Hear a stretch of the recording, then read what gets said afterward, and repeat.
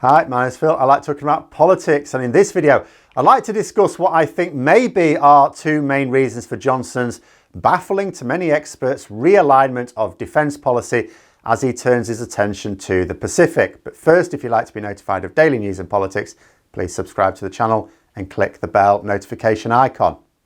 So, Boris Johnson seems to be massively changing course when it comes to government policy on foreign affairs, particularly when it comes to defence policy. The two main bits of news are realignment towards the Indo-Pacific region, as if there's such a thing, and budgeting to expand our nuclear capability. More on that later. But this tilts towards the Indo-Pacific. Frankly, little is making sense to experts, but this, I fear, is because they are looking at this new policy through the lens of a defence review. Defence reviews are all very sensible. We need to adapt a military strategy that stabilises parts of the world where we need them to be stable. I'd really rather we didn't also use it to destabilise parts of the world that works in our interest too, but this is often a vain desire on my part. But I think many will agree that where we do use military power to protect against piracy or keep the peace in general, maintain stability in unstable parts of the world, it is well used. And it's not just a moral action in this case, it is of practical use, which is just as well because it's very costly. Now, one thing that always gets me about people on the left and on the right when it comes to this sort of global influence is how much they disagree on one fundamental point and yet use exactly the same arguments. For example, Boris Johnson has just cut our international aid budget.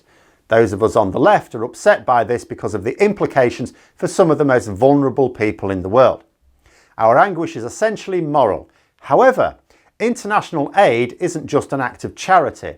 It helps extend the UK's influence abroad in a very practical way, and those of us on the left will often advance this argument at times when the budget is threatened, as it is now. Yes, I know Boris Johnson said, oh well, I'm going to put it back up as soon as conditions allow. The conditions will never allow for him. After all, no point in appealing to a Conservative government's sense of moral duty to the world when they largely buggered it up themselves anyway. But those on the right use military deployment arguments in exactly the same way. We need to buy lots of big, expensive aircraft carriers to promote peace and freedom around the world. Helping to tackle despotism and piracy is important for the world's perception of us as a force for good. It helps extend our influence. Same argument. But Johnson's new policies don't really seem to be the solution to what is identified as the problem as such. I've seen some explaining why we largely withdrew from this region decades ago. Post-Empire, we simply couldn't have such a global presence. We tried, we pushed ourselves too far in trying to maintain the illusion of global reach that was possible as a superpower, but we weren't no superpower anymore. And we just ended up embarrassing ourselves. Is Johnson trying to overextend again? Maybe, I don't know. I'm not a defence expert. Ordinarily, I wouldn't even talk about a topic like this, but for the fact that defence experts are so flummoxed, I'm looking at it politically. I don't think he's necessarily aiming to. He's not trying to maintain what we used to have and add extra capability elsewhere. He just seems to be trying to imagine the UK to be somewhere else entirely, to be something else entirely. Now, at this point, this is where I want to bring in those extra nuclear missiles. Now, I'd rather we weren't a nuclear power at all. That's my personal view. But for now, let us accept the notion of the nuclear deterrent. Can't dismiss it completely. We have a fairly sizable nuclear capability. Nothing like the superpowers, of course. Nowhere near. But enough to make anyone think twice about attacking us with their own nuclear weapons. Now, what will the extra missiles do? Is it a pissing contest? Is Johnson trying to pretend we're a superpower by having as large an arsenal as the ones who really are? No, because we're not going to. They have thousands. We're going to have a couple hundred. We couldn't. We wouldn't. Is it because there exists a country who would absolutely launch a nuclear strike against us right now, unconcerned by any retaliation by us, because you haven't got enough missiles to worry us, but with the extra, all of a sudden, now you have got enough missiles to worry us. No, The extra doesn't change that calculation either.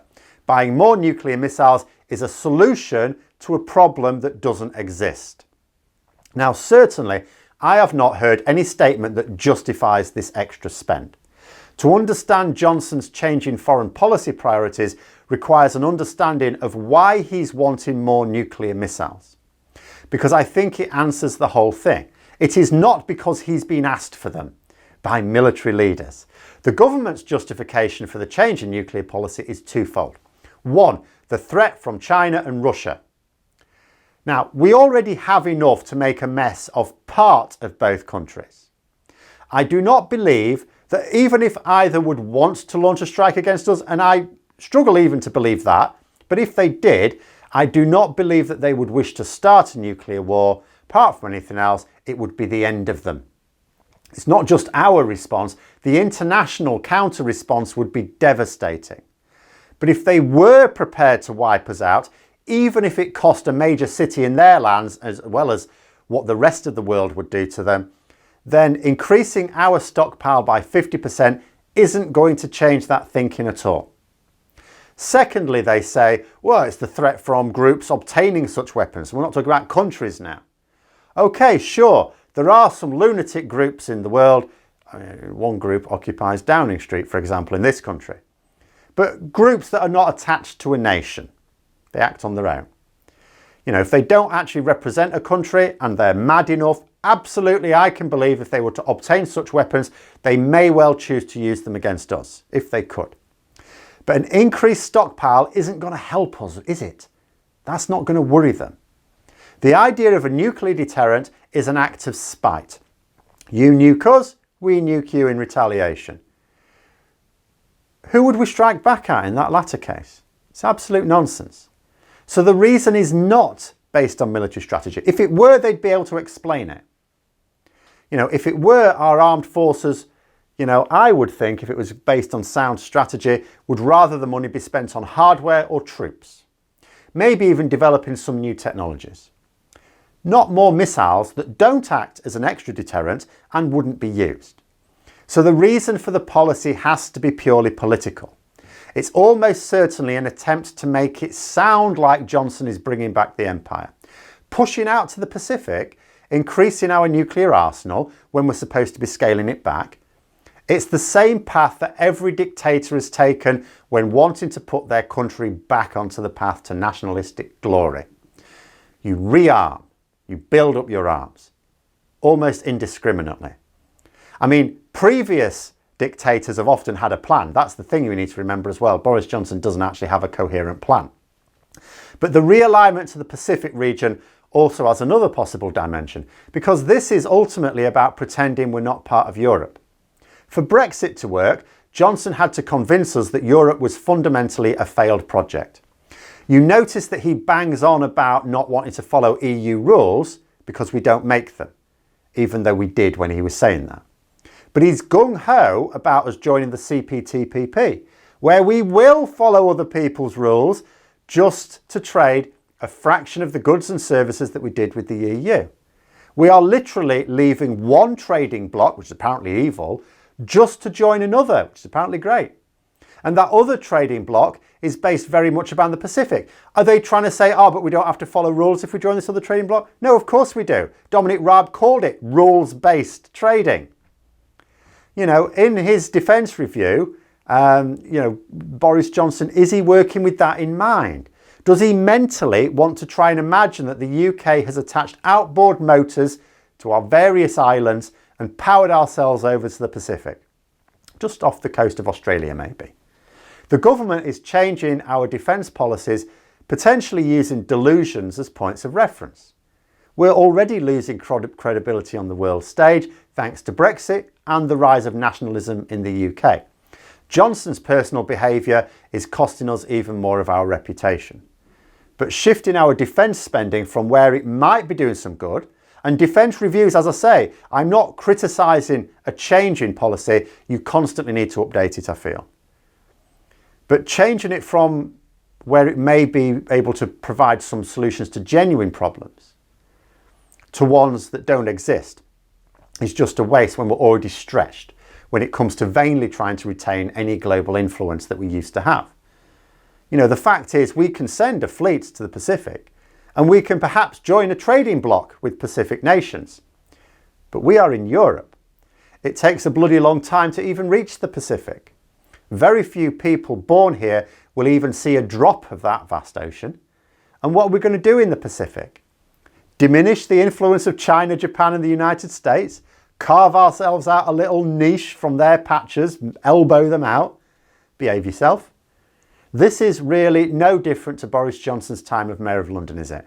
But on a large and very serious scale.